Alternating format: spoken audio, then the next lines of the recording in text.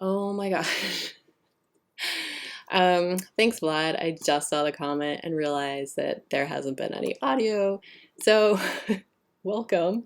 Uh, Again, this is open space software that we're using. And again, sorry for the flashing. Um, this is my first shot at this, so please be kind. So Open Space Project is this great software. You can check out their website. It's free to download.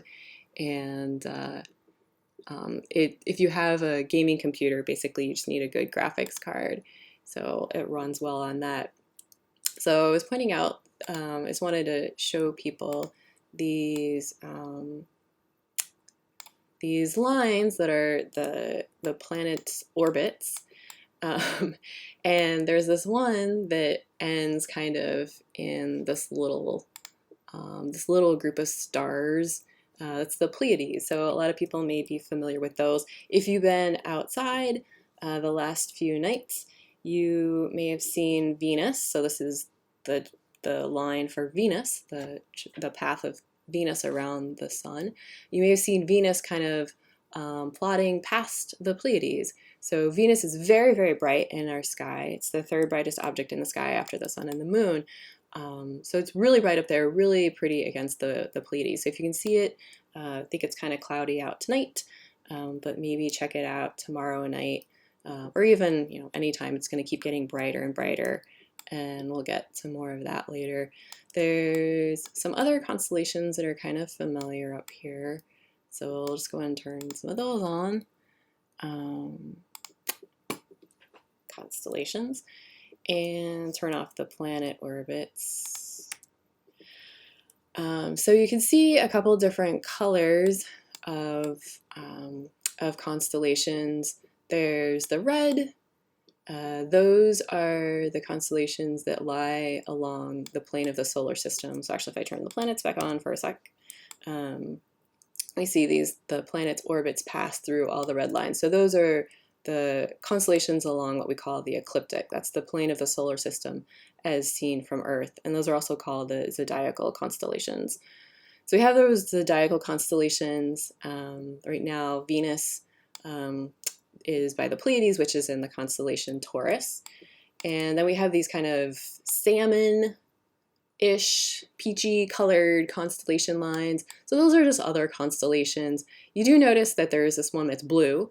Orion and Ursa Major are blue constellations. I guess just because those are handy markers, a lot of people are familiar with those. So you can see Orion, and if we turn ourselves way over towards the north, we should run into Ursa Major, the Big Bear. So a lot of people are familiar with the Dipper that's on there. So the stars in the handle, I grabbed my pointer, I even made an arrow. So you have the 3 stars in the handle, 1, 2, 3, and then 1, 2, 3, 4 stars in the cup. And then these 2 stars are called the pointer stars because they point towards the North Star, which is the end of the handle of the Little Dipper. So a lot of people think like the North Star or Polaris is one of the brighter stars in the night sky. It's not. So we actually come back over to, we're upside down, over to Orion and constellations in that part of the sky, kind of looking towards the south. If you follow the belt of Orion downward, you see a really bright star there. So that is Sirius. So that's actually the brightest star in the night sky. Not Polaris. Polaris is actually about as bright as this star. So compared much fainter. But yeah, so we have the Canis Major, the big dog down there. It's a nice winter spring constellation.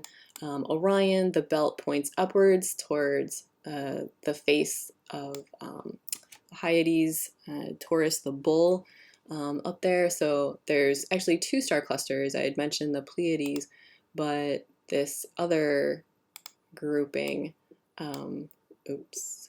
the this little group in here by the face. This is supposed to be the face of the bull in here. That's another open cluster of stars called the Hyades, and then like the little cluster Pleiades.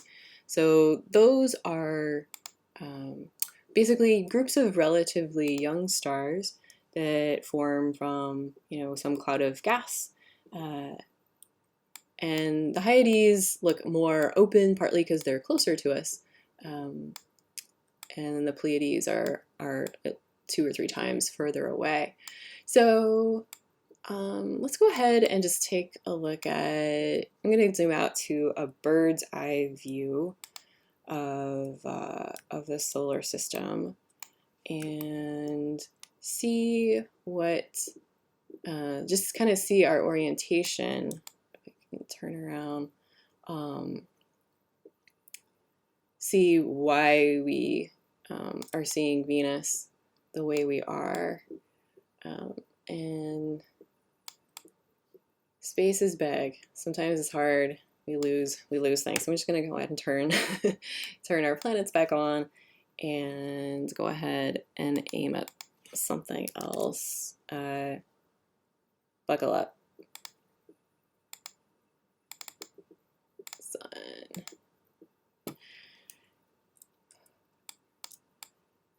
So if we kind of move out now, so we're centered on the sun, and we can see the orbits of the inner planets. So we have Mercury in there, Venus, and Earth. So we can kind of see where we are moving around the Earth, or sorry, moving around the sun. So if you're looking towards the sun, right, and we have Venus kind of off to the side. So this is what we would be seeing. We'd be seeing Venus basically just in the evening as the sun is setting. And if we move through time, we'll see that both of them are moving around the sun, and Venus is basically going to pass us. So let me try and turn on some time.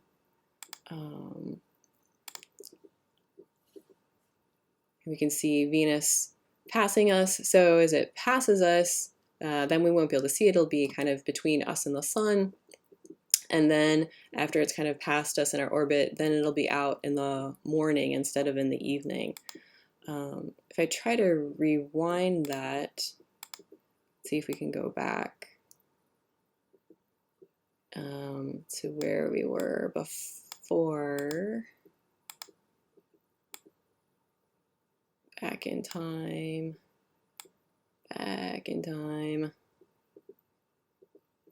Whoa.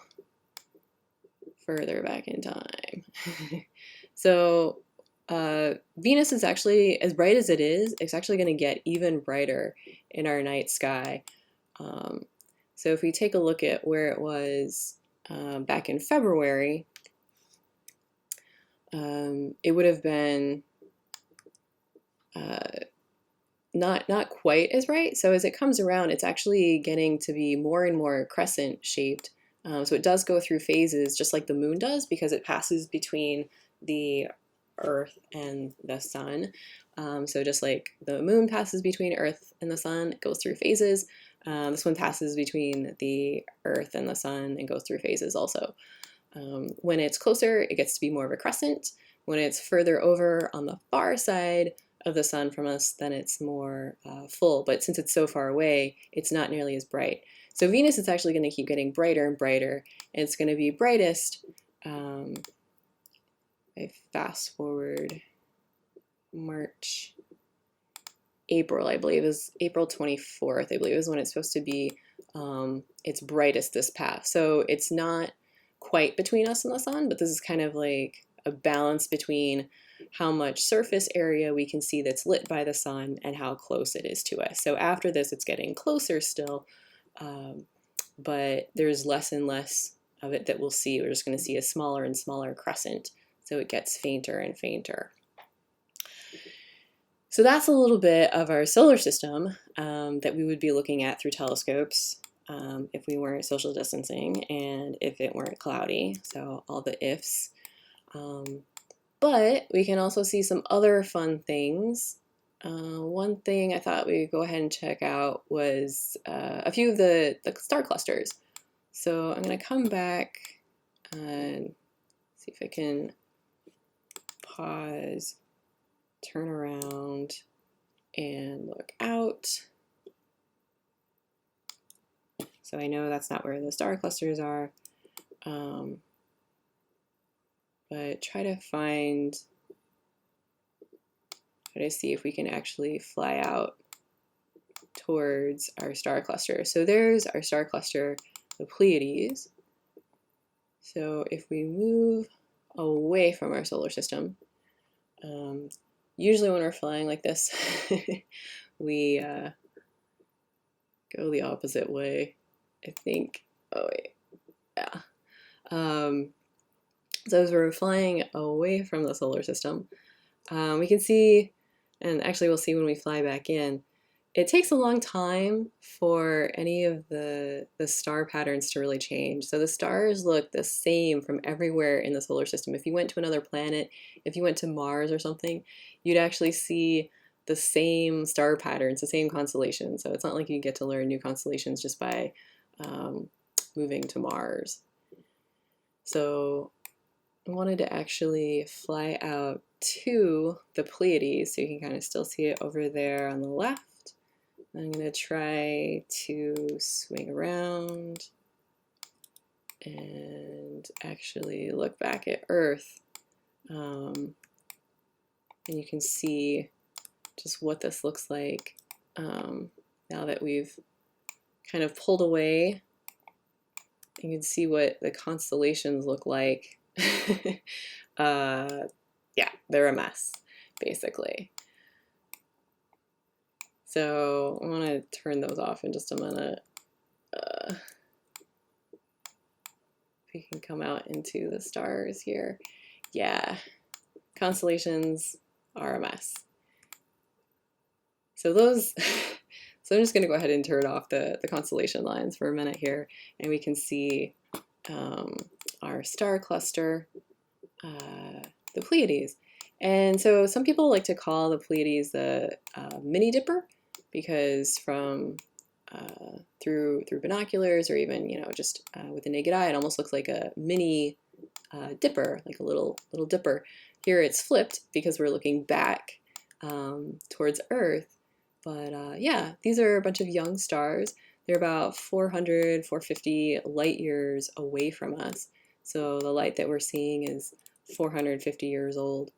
And you can see a nice tight little cluster there. So those are relatively young. The other star cluster that we saw, let's see if we could pick it out. I think we already went by it. But the Hyades, those are a lot closer to us. Those are only about 150 light years away from us. So that's one reason they're just a lot more spread out. But out here you can really see like how space is really three-dimensional. You can see there's quite a bit of space between the stars unless you're in one of those clusters. And you might be wondering, well, if the light from the Pleiades is 450 years old, like how old is the light that we're seeing from all the other stars and all these other constellations? So if I go ahead and turn the constellation lines back on, and we keep moving away from our solar system, we can move out basically into the galaxy. Should see, yeah, galaxy. So we're just in one little corner of the Milky Way galaxy. That's our home base, home galaxy, home sweet home. A slightly bigger home than where you might be right now. But the whole galaxy is about 100,000 light years across, and you can see the extent of basically what we see when we look out in the night sky, even in a really, really dark sky, like you're upstate New York somewhere. We're not going to see stars that are hundreds of thousands of light years away. So there's that one spike that's kind of sticking up upper left. That is actually a very faint star. So it can be seen with the naked eye, but you need a pretty dark sky to see it. So most of the stars that we see are well within 1,000 light years. So that one spiky one, that's about 6,000 light years away. The vast majority of the stars that you see in the night sky are much, much closer. One thing that you might be able to see would be another galaxy. But we'll take a look at that. Let's come back in and see. Yeah. Oh, actually, sorry, I forgot there was one other thing I wanted to talk about with the galaxy. So we see the galaxy in our sky as kind of a streak across the sky. We pull out and kind of just float around and see the structure of it. So it's fairly flat with kind of like this big bulge in the center. And again, we're kind of about halfway out on one of the spiral arms. So again, all the stars that we see in the sky are part of our galaxy. We're not seeing like stars millions of light years away. And they're all within a few hundred light years. Some are maybe a few thousand light years. But this Milky Way that we see, the streak, that's the plane of the galaxy as seen from Earth, kind of like we can see the plane of the solar system from Earth. So that was the line where all the planet orbits were along. And if we look back in here, remember I said the red lines, those are constellation lines that are constellations that lie along the plane of the solar system. So you can kind of see the plane of the solar system going across there. So we're kind of looking at the plane of the solar system from here. If I try to flatten it out as much as possible. I don't know if I can kind of show. No, it's just going to blink. All right.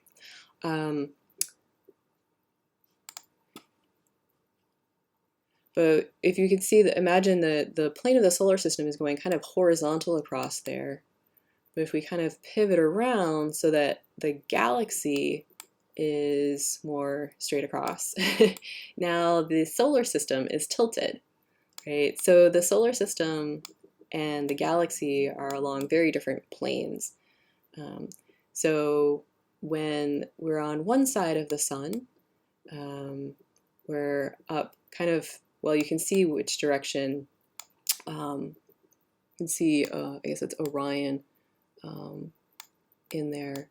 So kind of the direction of the big spike sticking out to the upper left. So that's kind of the direction that we're looking in the wintertime. So we're looking out along that thinner outer arm of our galaxy. So we see kind of a thinner streak, a not so bright Milky Way in the wintertime.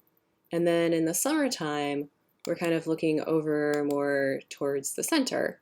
So we're looking in towards that bright bulge and all those fun, bright, sparkly things. So that's our summer Milky Way. So in the summertime and in the fall, we have a much brighter Milky Way. So of course for the northern hemisphere, it's flipped in the south. So they would have winter when we're having summer and vice versa. So that's kind of an interesting thing. Like when we talk about summer Milky Way, winter Milky Way, right now we have a little bit of the winter Milky Way, even though we're in spring now. And we'll come back in to the solar system and see a little bit of that. So coming all the way back, I think we're still centered on the sun, but we can kind of flip around and see. So this view of the Milky Way may look a little bit more familiar, kind of streaking up to the right there. If you've been out where it's dark, upstate or somewhere, so this kind of view is what we would see in the summertime. So if you recognize any of our summer zodiacal constellations, there's Scorpius and Sagittarius through there, versus if we follow along the Milky Way to very thin part, this is our winter Milky Way, if you could even kind of pick it out there. And following it along, I kind of lost it there. It actually goes right past Orion, so just to the, I guess, past his red armpit. Yeah, that red armpit, that's Betelgeuse. That's the one that's getting brighter now. But so the Milky Way is kind of streaking past Orion, past Canis Major, but that's more of the winter Milky Way, so not nearly as bright and distinct as the summer Milky Way was.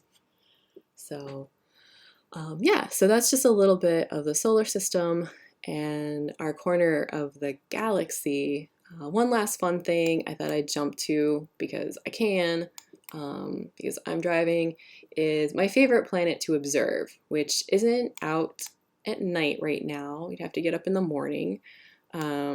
So if you look in here, we have Mercury, Venus, Earth, Mars, Jupiter. So Jupiter is that kind of tan line out there, ways out from Mars. So Mars is the red one past Earth. So if you kind of look at the angle between the Sun, Earth, and Jupiter, you can see, yeah, Jupiter would be out in the morning as opposed to Venus, which is out in the evening. So I'm going to go ahead and kind of take a closer look at Jupiter because it's pretty.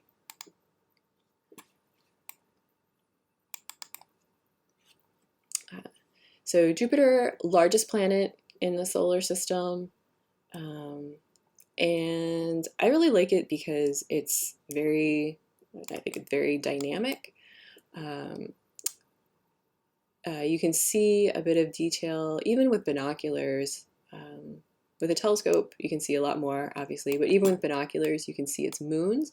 So you can see the orbits of the 4 largest moons highlighted here. And I'll go ahead and turn off the constellation lens. I don't think we need those right now.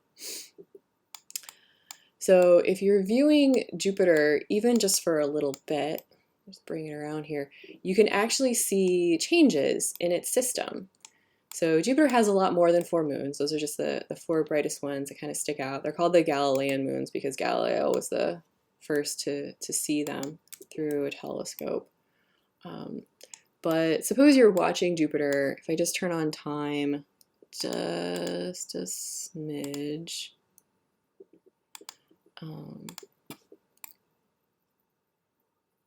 It's running a little bit. So observing Jupiter, even just over a few hours, you can see changes in the positions of the moons. So that's one of my favorite things to do when I go out with my telescope is to take a look at Jupiter first because it's really pretty, and note the positions of the moons, and then note them like an hour or 2 later. And the one that's in there really close, it's behind Jupiter right now, kind of poking back along there, Io, the closest one. I mean, that one just zips around it every few days. And so that one is always like coming and going, passing behind it or in front of it. Also, you can see there's the red spot that just came up in there. So you can see the red spot in telescope. So you can see that come and go. So a lot of times when we're looking out into space, we can see the stars, appearing to move across the sky as the Earth is rotating. But to really see that, things are really moving, you can actually tell that this is a very dynamic system. Other things you can't necessarily tell that they're moving and that things are changing on such a short time scale, but with Jupiter it's just a lot more real. So anyways, thanks for joining for our little experiment here. I'll try and do some troubleshooting, see if I can address the flashing, and I'll remember to have my sound on next time. But yeah, check out AAA.org. We have other events coming up. We have, we just put our stuff up here, website.